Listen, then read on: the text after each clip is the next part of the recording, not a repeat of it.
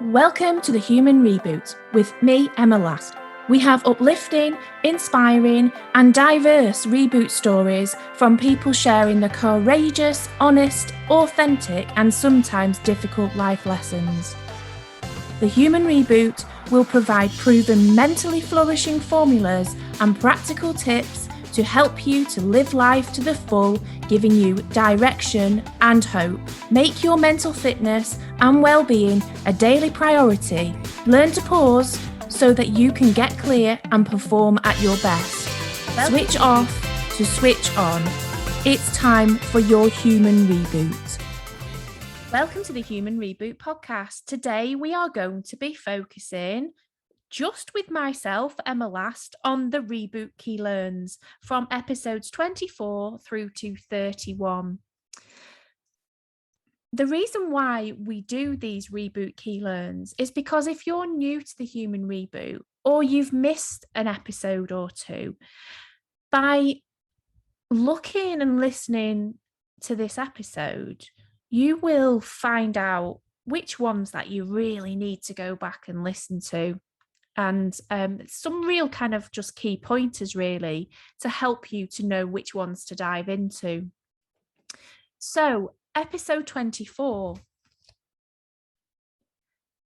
As humans, we have this wonderful thing called denial, and this was with Karen Ratcliffe. Karen is a survivor of toxic abuse, first as a child and then as a young adult, and she's gone on to work with women on creating healthy relationships. Something that really kind of stuck out to me within this, and it was right at the beginning. Karen said, we hear so many stories of domestic abuse between adults, and it's rare that we ever hear the story of those who as children lived in a toxic abuse family. And one of the things I would say is, as a child, I didn't see it. In the beginning, as abuse, she thought it was normal.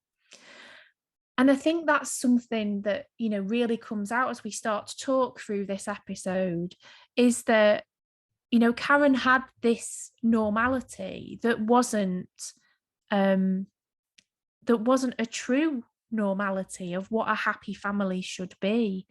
And she goes on to talk about her story.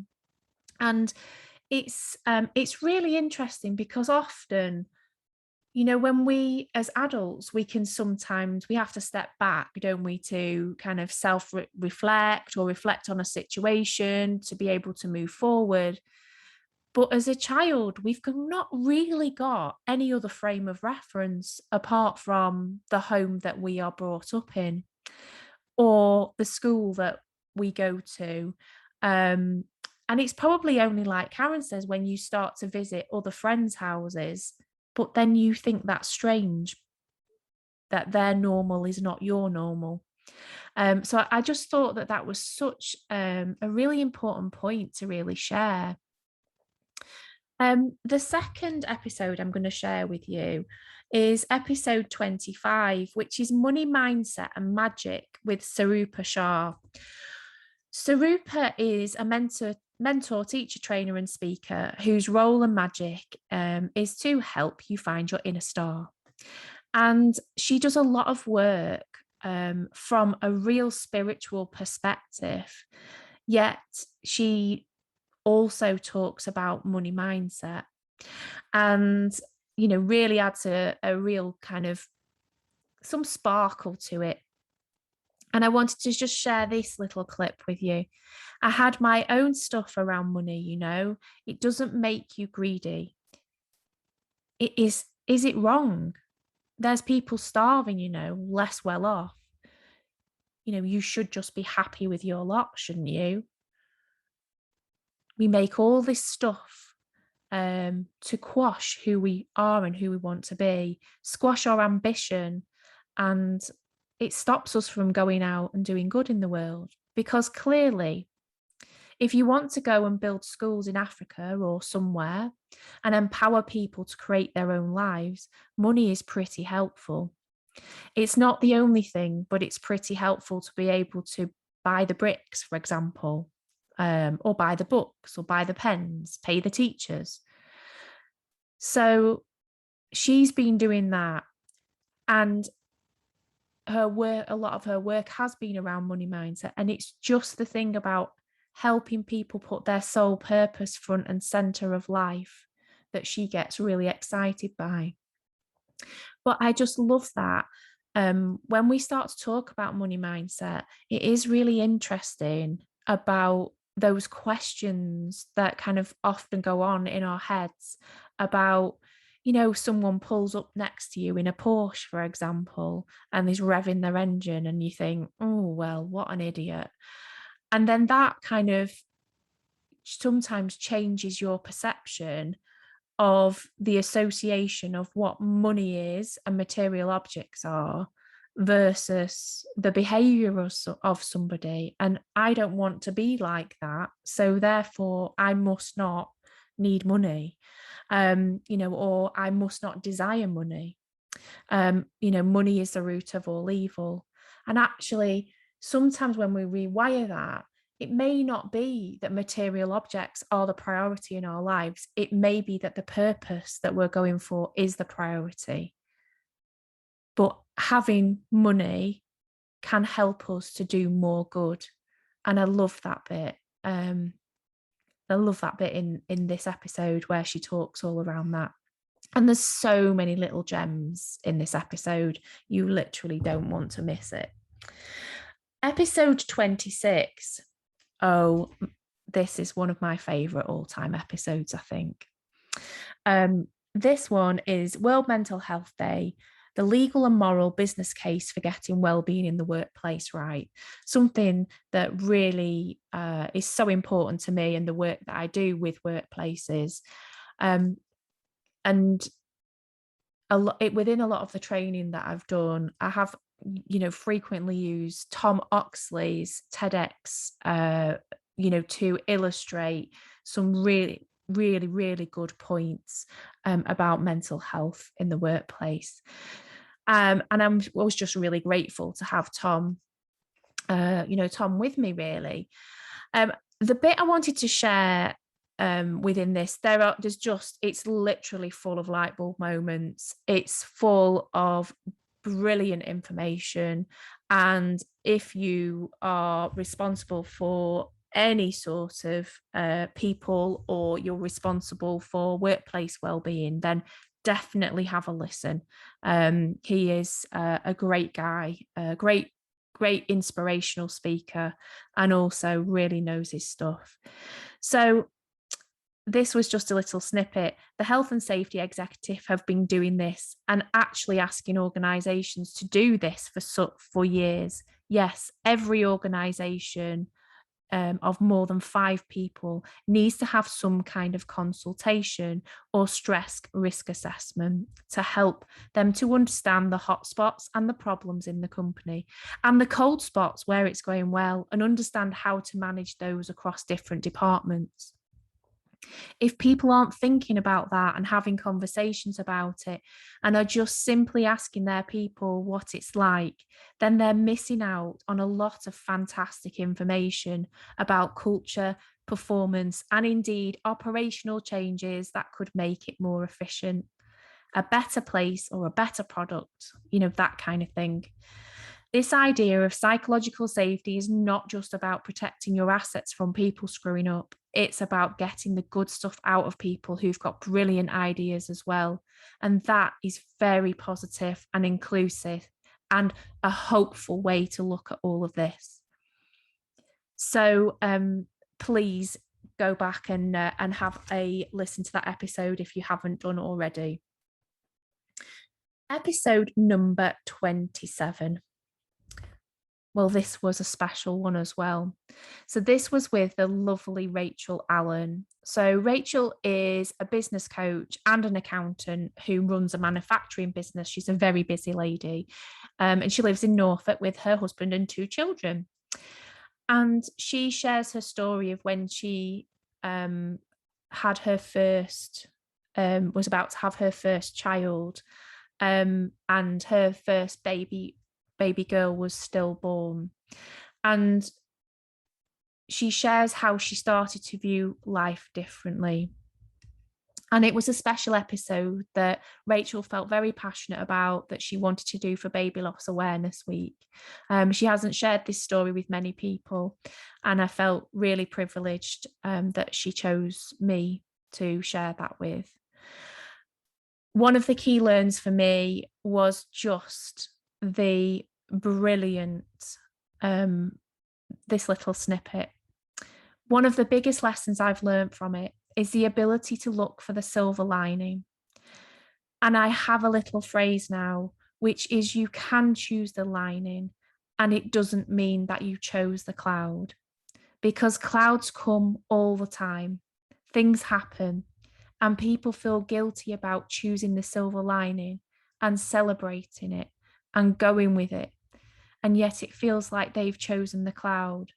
And I'm very adamant that no, choosing the silver lining, it's actually just a way of coping and moving forward and of being positive and proactive with your life. We don't get any say in the clouds. The clouds happen. And in this case, I lost my child. Rachel goes on to share lots of little moments of brilliance as well in this episode. So go back and have a little look. So we are now on to episode 28, You're Not Alone, with Lee Anderson. Lee shares how he rebooted his life on 2 occasions. First, when he came out as being gay, and on the second occasion when he had a breakdown. And within that breakdown, he experienced psychosis. And he was, really scared and really, was very vulnerable at that time. This was a catalyst to him turning his life around and qualifying as an occupational and social welfare therapist, CBT practitioner, and life coach. And I loved this episode because he was just so honest and open, and the transformation when he shared this episode, the transformation from beginning to end was just brilliant. So I just want to thank Lee really for being so open and so vulnerable about his story. I walked down to the church and sat down, and I just felt safe there because I was within the church boundaries. So in my brain, I'm like, I'm safe. No one can touch me. And then it must have been a few hours, and my sister drove past, and then my sister picked me up. I went back to the house and then kind of restarted from there. Really, it was nice getting some help. And right at the end of the episode, he gives one piece of advice that, please remember, you're not alone. And he says, that sounds really corny, but it's not, because by sharing or talking about what you're feeling can alleviate so much, because it's not yours anymore, because you've shared it. Like they say, a problem shared is a problem halved. The next episode is episode 29, and that is with the very amazing Katie Neves. She has been a professional photographer and filmmaker for 34 years, but came out publicly as being transgender almost 3.5 years ago after living for 48 years as a man. Katie formed Cool to Be Trans to support and inspire other trans people, and also to educate others on trans issues by showing them that trans people are just ordinary people who want to be happy. I was really fortunate enough to listen to Katie earlier this year, and I've wanted her to come on the podcast ever since, because the way that she talks about her journey and the way she talks about the difference between sex and gender and sexuality, and it for me, that was just a real light bulb moment, and I really wanted that to be shared on the podcast, because I think in terms of awareness, it really I wasn't the only one following that talk that had that same light bulb moment, that just I was like, I've never thought about it in that way before. I just wanted to share this with you. So I realized I had a condition called gender dysphoria, and what that is a great feeling of unease and stress caused by a mismatch in how I felt in my head and my heart. My gender identity as opposed to my primary sex characteristics and the label I'd been given at birth. I think about gender dysphoria, and it can really vary in intensity, and it very often increases over time. And that is exactly what happened to me. But at that time, I was a happy man who needed to cross dress, and that was all. So I thought that it was more of a hobby. That would always be part of me. And I never in a million years thought I would ever need to transition. So all the time, the level of gender dysphoria that I had was low enough that cross-dressing once a week was okay. And that was enough. But then there was a point where her gender dysphoria increased dramatically. So much so that she didn't know what her gender was at all. So much so that she didn't have a clue. I'd love you to listen to this episode. And also it's Transawareness week this week. So it would be great for you to be able to learn maybe something that you didn't know from this episode, and perhaps share it with someone else. Because the more aware we are and the more educated we are, the more that we can take action and act as allies to others. The next episode was episode 30. Do we want it all, or do we just want the simple things, with Vicky Jakes? So Vicky is is an online marketing and website optimization consultant, and she helps small businesses. She tells her story, how she went from a corporate agency environment into setting up her own business, and the realization that she had that she couldn't have it all. There are real nuggets in this episode, nuggets about feminism, nuggets about how we're being conditioned to want to juggle it all, and how precious time is, and lots more. I wanted to share this. So I went into this mini maternity leave. My baby was overdue quite a bit. So, kicking around for another 10 days after my due date until she came along. And then I just tried to switch off a bit. I thought I couldn't really intensely switch off, but which was really unfortunate.